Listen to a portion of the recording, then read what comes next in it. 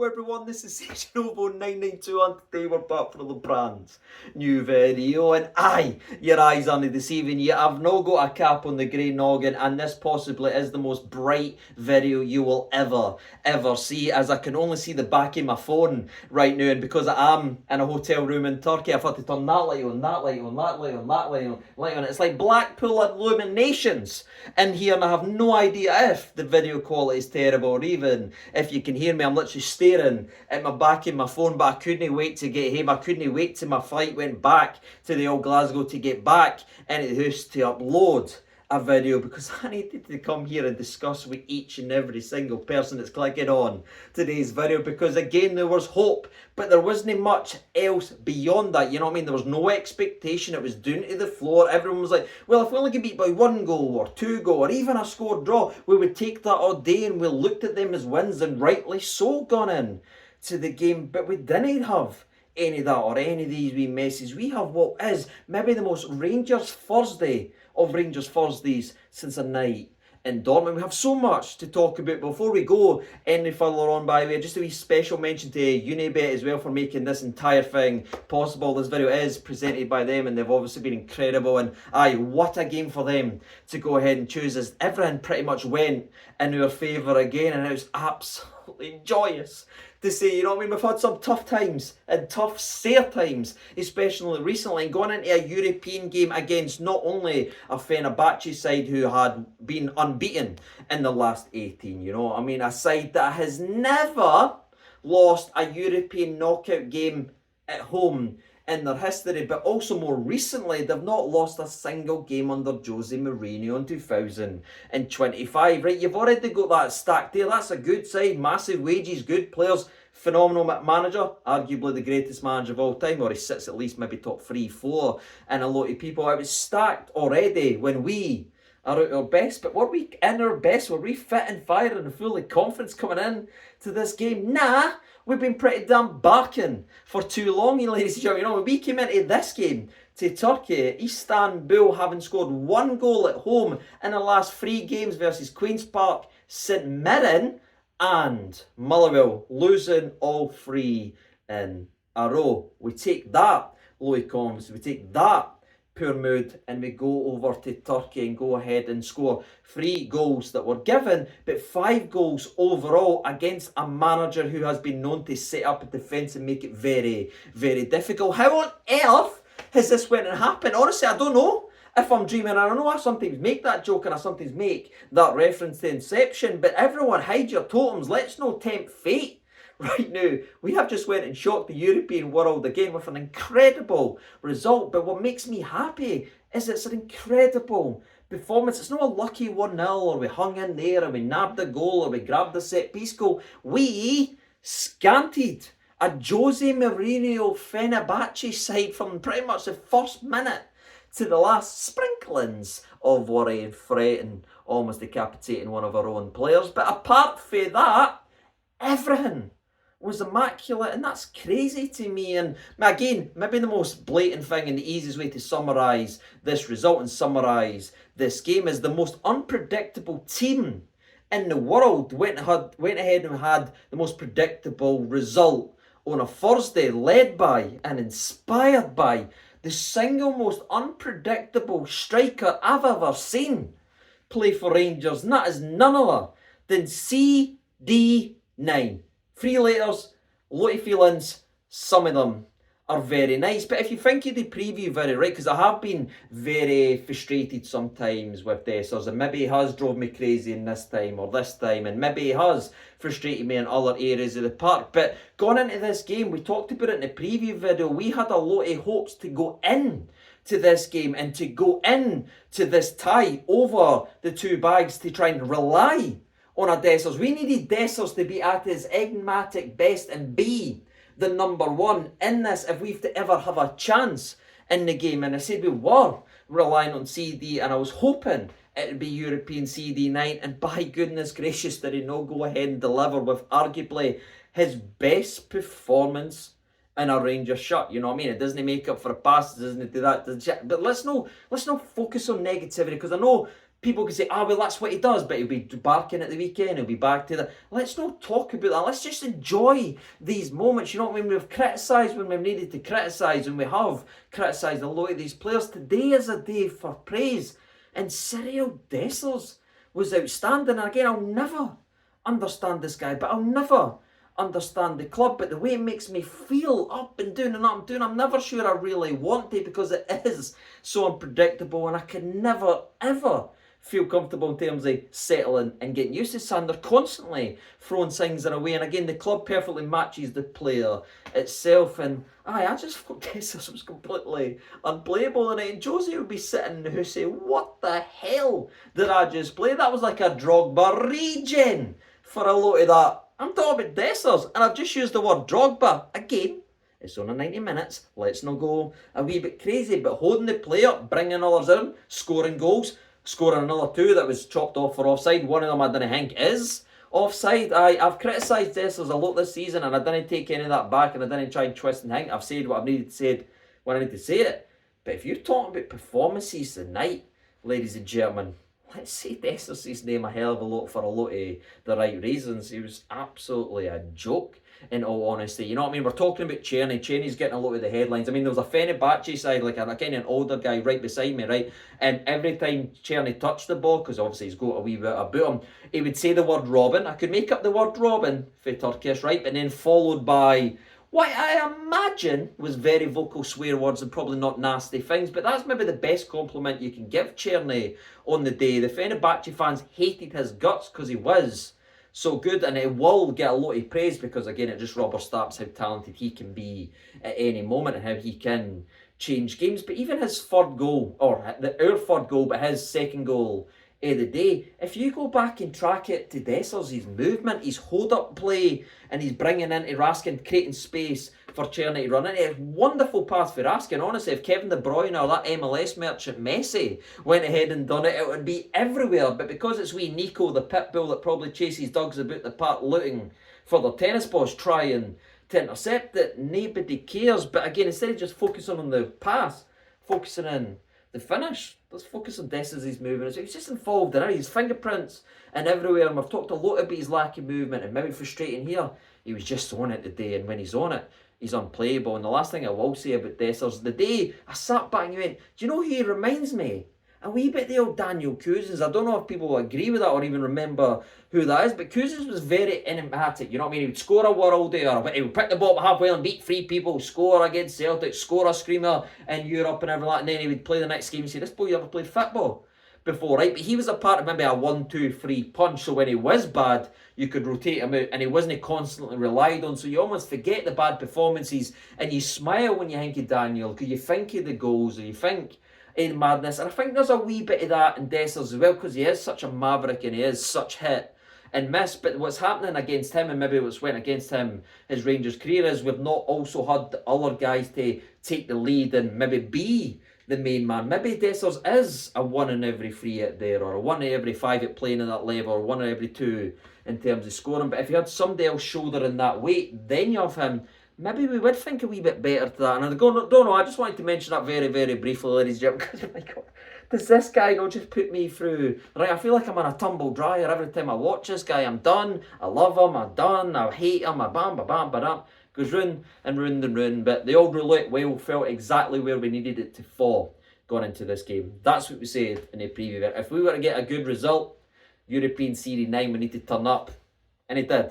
Full credit to the laddie. But I guess the best thing you can say is it was a mixture of everyone pulling in a shift and digging. And even maybe the players that never really stood out massively still had moments and still gave everything in the game of football. But we've mentioned Dessers, we've mentioned Cernys just being outstanding. Again, Raskin was excellent as well. Back to his wee pit bull best foot. He was great. I know Leon Balogun's getting a lot of love, and rightly so, by the way. You know me, I love Mr. Leon Balogun, and if I could take anything for the knee down to repair whatever is ailing him and stopping him from being able to play week in and week out, I'd give it, Leon. Honestly, take it, mate. It's better with you because you help your team, and he is our best defender. And I will always sit here and praise Balogun because he was great. But then John was great today, big Soapy returning, considering where he was. Again, we did talk about that yesterday or the day before, I should say. Siege mentality works for him and it did play in his hands. But again, he's still got to go out there and do it. He was great. I thought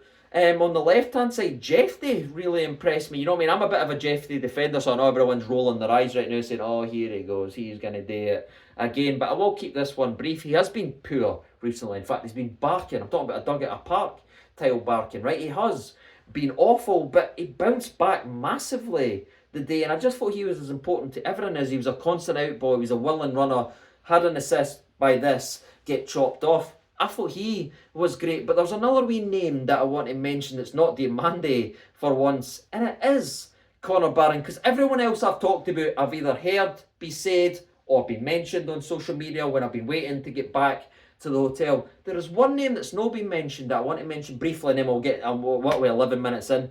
No one's watching this still, but if you are still watching, we will go ahead and get into this game recap. But one last name I want to mention, Connor Barron.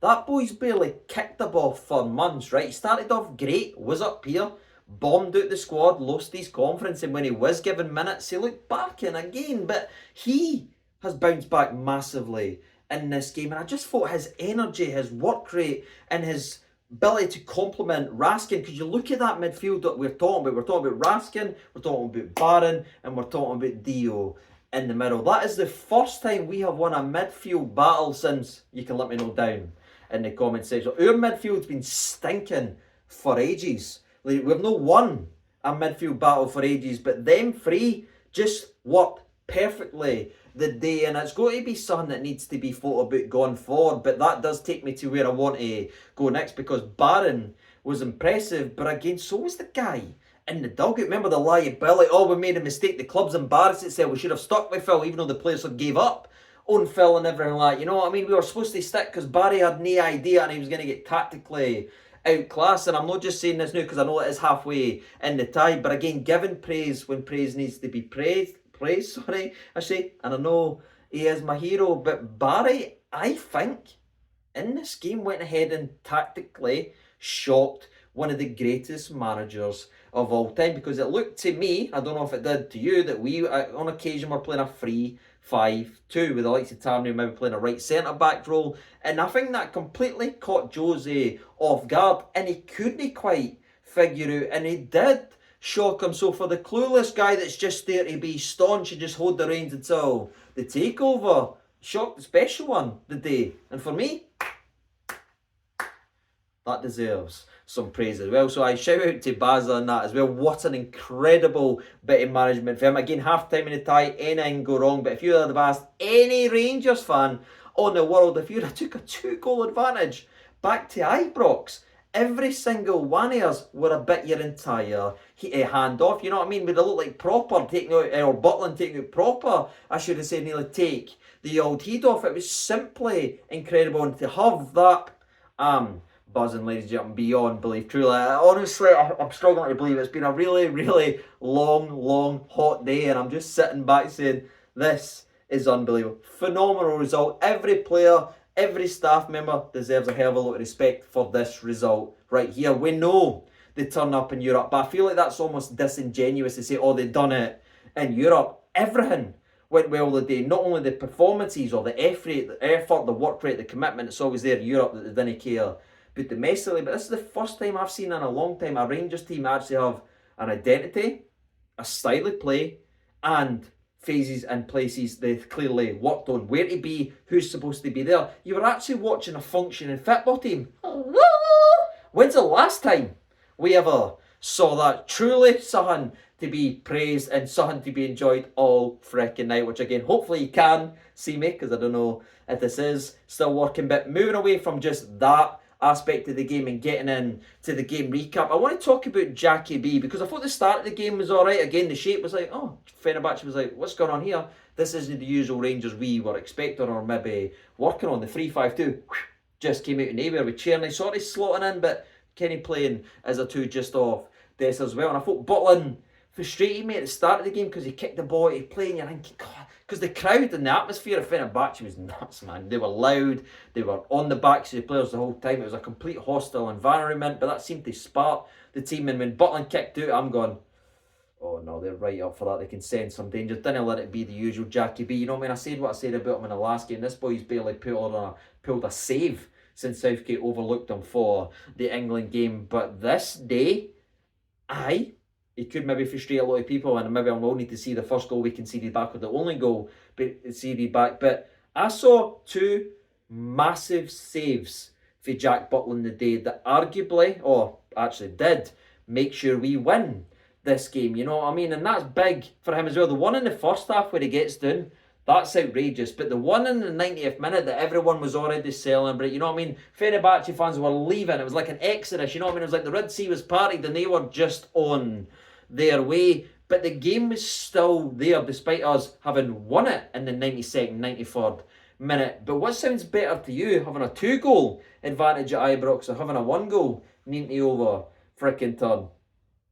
Answer is on a postcard. That's right, all of us needed that goal. That 2-goal cushion could be massive, and that save, getting down to save it at that point, could be massive for Jack Butland as well. So fair credit to him as well. It was good to see him back. Ladies and gentlemen, Proper will probably disagree, but that was just a mad moment. But we'll get to that in the next minute or two, because we need to speak about the first goal of the game that maybe comes luckily as Dio kind of bounces, puts a bit of a challenge in. But again, San have criticised Dessers for many times on this channel. He's standing on those heels, troops. No moving, no anticipating, no making the right run. He gambles that there's going to be something. He gambles that Dio's going to somehow get his fit to it. He rounds the keeper, smashes it now. It gets cleared off the line, and me and Div is like that, you know what I mean? Div's like, no way is that been cleared off. But then the referee goes,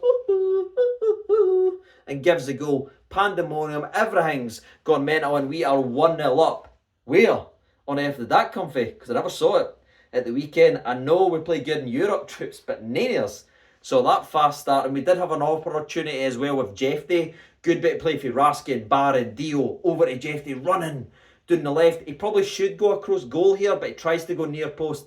It is pretty poor there, but I thought he was pretty good. The rest of the day, that was it. I mean, you're like, and that little moment fed into the crowd, that fed into the players, that I think made us a little bit nervous, because we started to sit back too much. Fenerbahce's then got quality and talent. You know, everyone before the game, Fenerbahce's going to pump Rangers. You're going to get pumped. The special one's going to do this. Fenerbahce's good. Now that we've bet them, Fenerbahce's poor. Jose's lost it. It's funny how that wee thing works here. But Fenerbahce was always going to have a period in the game because they've got ridiculous players on a lot of wages, and their set-piece delivery was dangerous, you know what I mean? But the first major chance came from that shot, getting in, cutting in. I think they cut in behind Tavernier, if I'm honest, but it's a brilliant shot, and somehow Butland gets a save, thinking, right. But then after the next corner, nervy, next corner, nervy, and you know where I'm going with this, ladies and gentlemen. Fool me once, shame on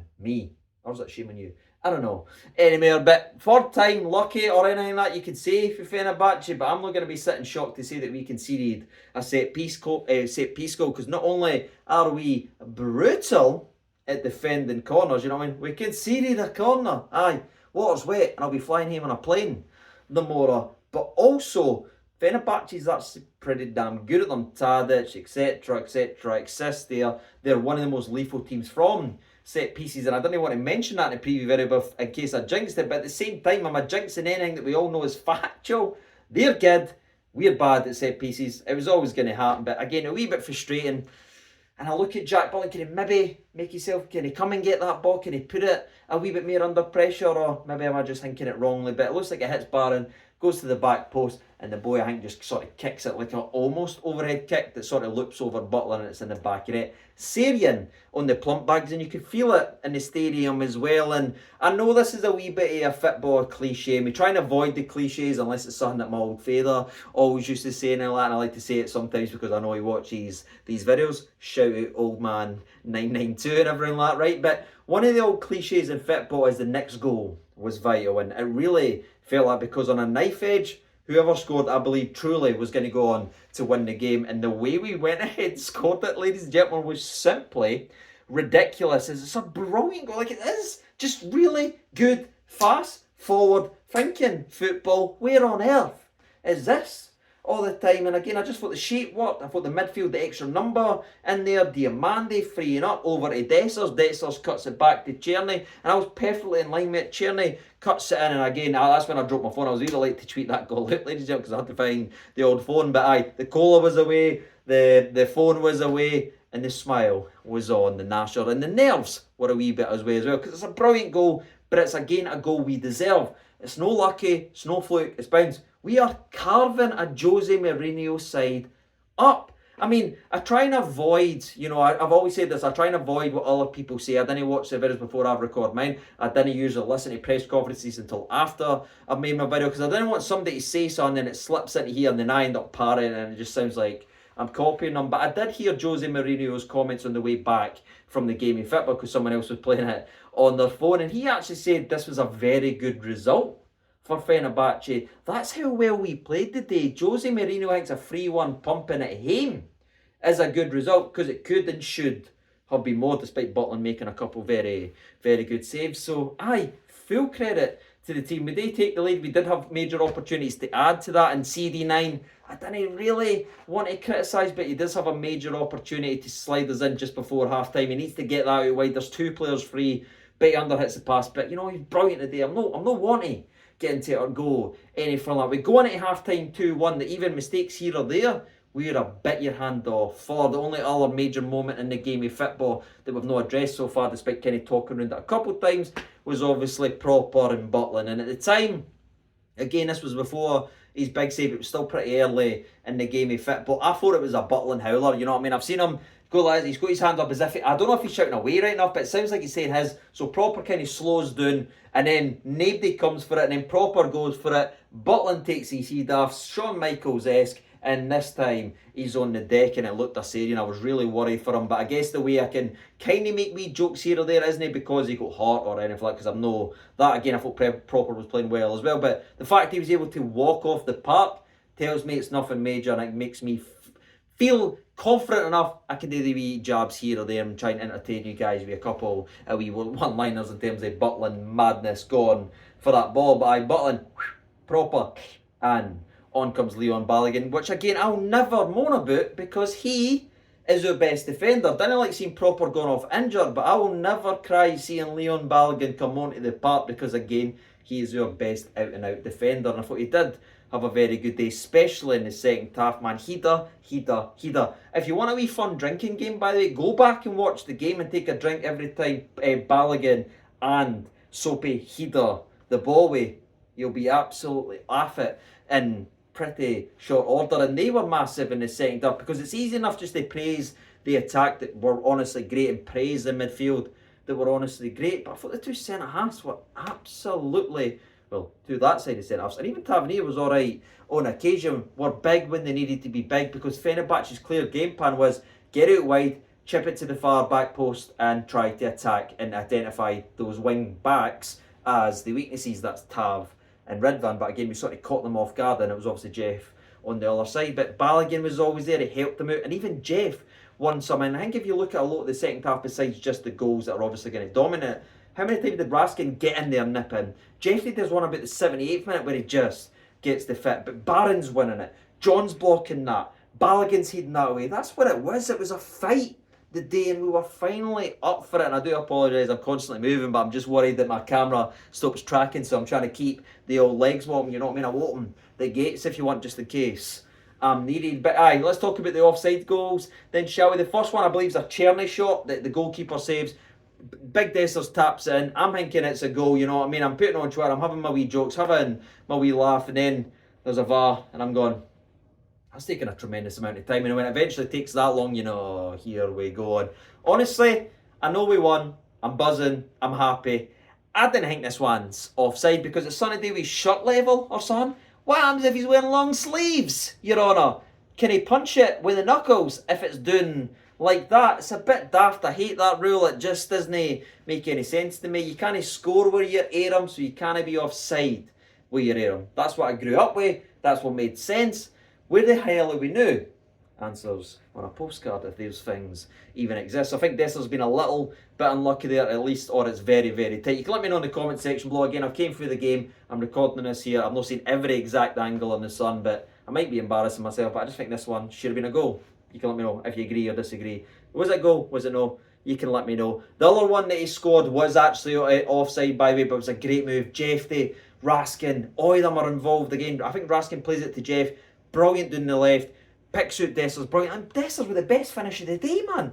Tucks it away, bottom corner. Again, the celebrations, but that one was offside. And I've seen it back and it looks pretty damn clear that it was offside. The only goal that we had to talk about, thankfully, after that wasn't offside, and it didn't come from Fenerbache, because again Soapy was there, who deserves a lot of praise because he's just back for injury as well. He was great, big siege, big mentality, and Balogun clearing everything, and that gave us the opportunity to score the goal we've already broke down earlier on in the video.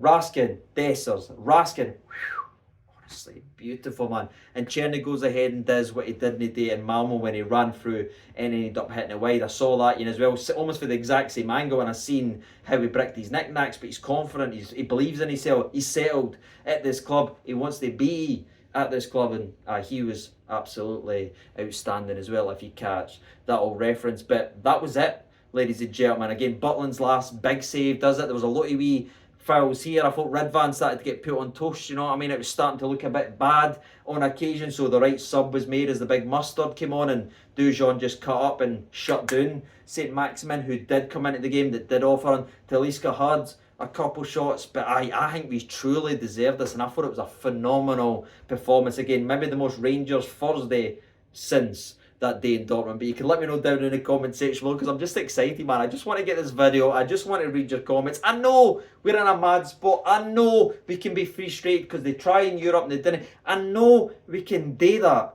but can we not just enjoy this incredible win just for the night and that, and the Mora going to there? We can worry about domestic football and the madness that it is in the future. We needed and we hoped for a win the day we got it. So let's be happy, you know what I mean? And let me see you down in the comments section below. Who was your man of the match? For me, there is clear. I think Cernys, I think Raskin's up there, I think Balogun's up there, and obviously I think Dessers up there, but I'm going to give it to CD number 9. We needed a big performance for him, and he delivered in every aspect, and feel credit for him. And hopefully that continues, but again, he's a Maverick, so I'm sure he'll be driving me crazy much sooner than I would ever hope. But that's it, ladies and gentlemen, boys and girls. You can let me know your opinions down in the comments section below. I will see you tomorrow. No, I won't see you tomorrow. I'll see you in a couple of days for the game. Until then, I've been CJ Nominator 2. Thank you so much for watching. All the best, and bye-bye.